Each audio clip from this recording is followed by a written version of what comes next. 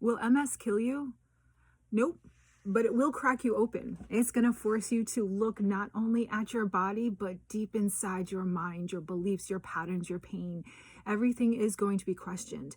And that is where the real healing begins.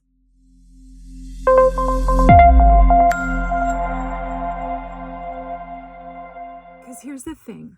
Fear is a weapon. And you've been handed a diagnosis that is soaked in fear. You deserve the truth. You deserve the truth. Not another script designed to keep you powerless. What they call multiple sclerosis is not your body attacking itself. It's not a death sentence like we all felt when we were handed that diagnosis. The first thing I thought was, that's it, my life is over. But it's not a mystery. It's just a chronic viral infection, and it took me years to figure that out. I was paralyzed. I couldn't use my arms and my legs. I couldn't get off the chair. I couldn't get out of the bed. And it took me forever to figure this information out, which is why I can't stop screaming it from every platform that there is. And if it helps just one person understand that you do have choices, you can heal, you don't have to live like this, then everything was worth it. And I will take the feedback. And sometimes that feedback isn't very nice, and that's fine. Take what you can get from this. But I want you to understand that MS is a virus. It's the Epstein-Barr virus. It's causing inflammation and damage to your central nervous system over time, and there is something that you can do about it. The virus doesn't live forever, just like any other virus. It lives, it replicates itself, it dies, and that is the cycle. Epstein-Barr has about a 6-week life cycle, but in that 6 weeks, it's constantly replicating. But it's a virus. You can kill it. You've just never been taught how to kill it before. The medical industry is going to tell you that there's no cure, that there's no hope, it's just a slow decline. Exactly what my neurologist and everything I looked up said. You're going to end up in a wheelchair. And I believe that, because why wouldn't I? And it wasn't until my daughter fell in front of me and I couldn't use my arms or my legs and I couldn't get to her that I snapped. There's got to be another way. And when I took that question, is there another way, to the neurologist, he just looked at me and said, Janine, no, just learn to live like this. Just get used to the wheelchair and just be glad you're not going to die. What? I kind of had a higher standard for living than just not dying. The medical industry blames the body, and there's reasons for that. What they see on the instruments that they use can only see the immune system on the attack. What they're just learning to see is the immune system is actually attacking a virus, which is now you go to mayoclinic.com, you go to all those resources that you went to years ago, and you look up now the Epstein-Barr virus, it will tell you, yes, actually now we think that's the cause. Your body's been fighting a virus that's been hiding in you for years, way before you got this diagnosis. I bet you had symptoms that you took to the doctor and you asked, what is this? What's going on? And no one had answers for you. You knew something was inside your body and your body was protecting you, but nobody validated that information for you, did they? When you got the diagnosis, was one of the first things you heard your intuition saying, your body's not attacking itself, that sounds wrong? But you pack that voice down because you didn't have anything to back it up. It sounded ridiculous.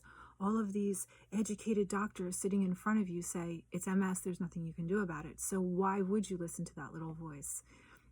But as we've been told for years, and as we get older and we continue to learn that our intuition is always correct. It's always correct. Your body is fighting a virus. It is fighting something in your body that's not supposed to be there, just like the flu. But the flu is able to be detected in your bloodstream. And Epstein-Barr is a very different animal. It goes through 4 stages, and in the 2nd stage, it leaves your bloodstream and heads for an organ. And that's why the blood tests always come back clear. The only thing you're going to see in your blood test is antibodies for the Epstein-Barr virus, which doctors will then say, oh, well, you had a past infection of EBV, but you don't have it anymore. What they're just now learning is that in the 2nd stage, it leaves the bloodstream and heads for an organ. When you have MS, that diagnosis feels like you're dying and your time is limited. You're not dying, you're detoxing. Your body is telling you there's something inside of me that you need to get out.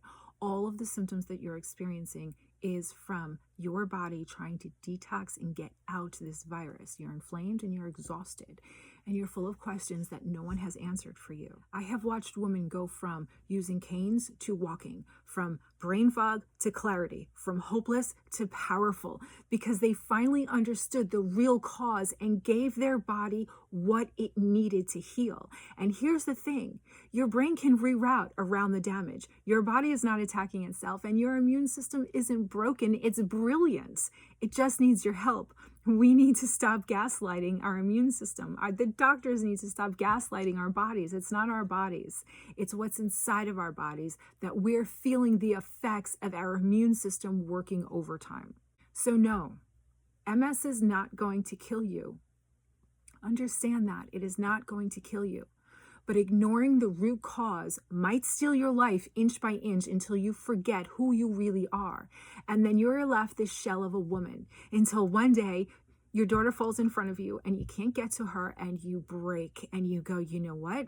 This is it. I'm done. I will find a way out. And that was my story. I had to find a way out because there's no way God would have given me two beautiful children only to take away my ability to take care of them. That just didn't sit right with me. And turns out I was right. It was a virus. So today I don't have any symptoms.